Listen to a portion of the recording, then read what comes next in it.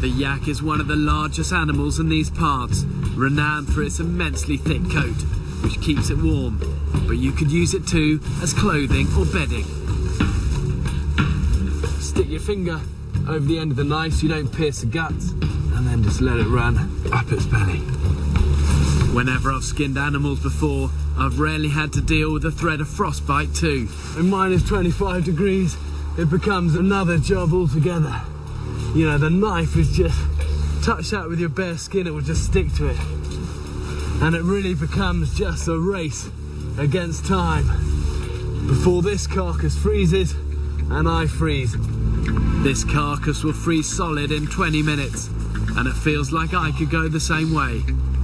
The temperature hasn't risen above minus 25 all day, and every little effort is an ordeal. You know, I'm already starting to lose the feeling in my fingers. You know, the crew have just told me, hurry up.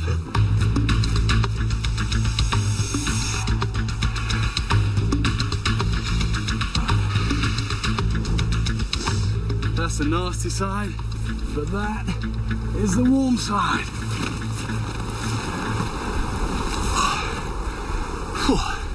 That is gonna make a difference. In the woods there, that's our extraction point. Problem is, we've got to get across this little lead of water. Most of the lake is frozen over. There's no sugarcoating it. What's in store for Nick and me is pain. Okay, these are waterproof. You ready? Yeah. We're gonna get straight in and just go. Here we go. Go, go, go. Oh, God, that's... He's got to really dig deep, probably more than any other point of this journey. Okay, we're gonna slide in here. You ready? 1, 2, 3. Known people have cardiac arrest just from the shock of that water, so I don't do these sort of things lightly. Grab that, that's your buoyancy, stick with me. It's good. Okay, we're swimming, we're swimming. We can do this. We got this. We can do this. We got this. It's all us, baby. It's all us. Let's go.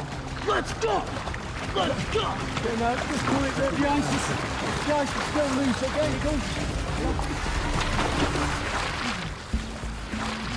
go. I'm freezing right now.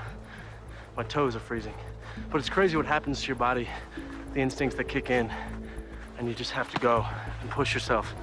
And for me, I was screaming stuff too. I don't remember what I was screaming, but I was trying to muster up any courage I had. Look, you see that? It's up from the rock ledge. Yeah, looks like the remains of a seal carcass. It's estimated 200,000 grey seals live along the British coastline.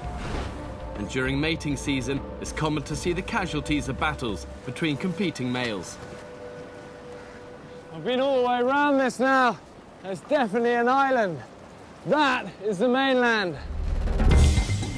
With little food and no fresh water here, getting to the mainland is the best survival strategy. But with a life raft wrecked beyond repair, you're gonna have to swim. In these freezing waters, you'd need all the insulation you can get, which gives me an idea for that seal carcass.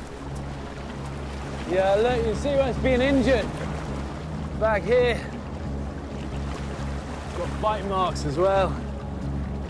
Probably at mating season, had a battle that it lost. The smell, the meat on this is gone.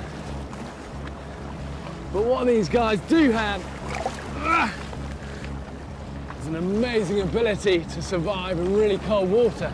And that's because of its skin and a thick layer of blubber underneath. Might well be able to make some sort of wetsuit out of that. It's gonna help me on this swim across there. Okay, let's try. Swim without any protection in these waters, and you'd reach exhaustion and eventually unconsciousness in around an hour. And then you see that whole thick layer full of fat and blubber there. That's what I'm trying to separate from the main carcass. Just get my hand right in there.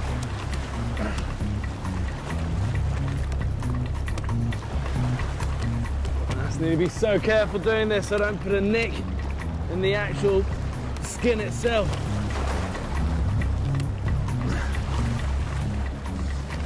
Okay, and look, you see you're left with that head hole, place to put my arms.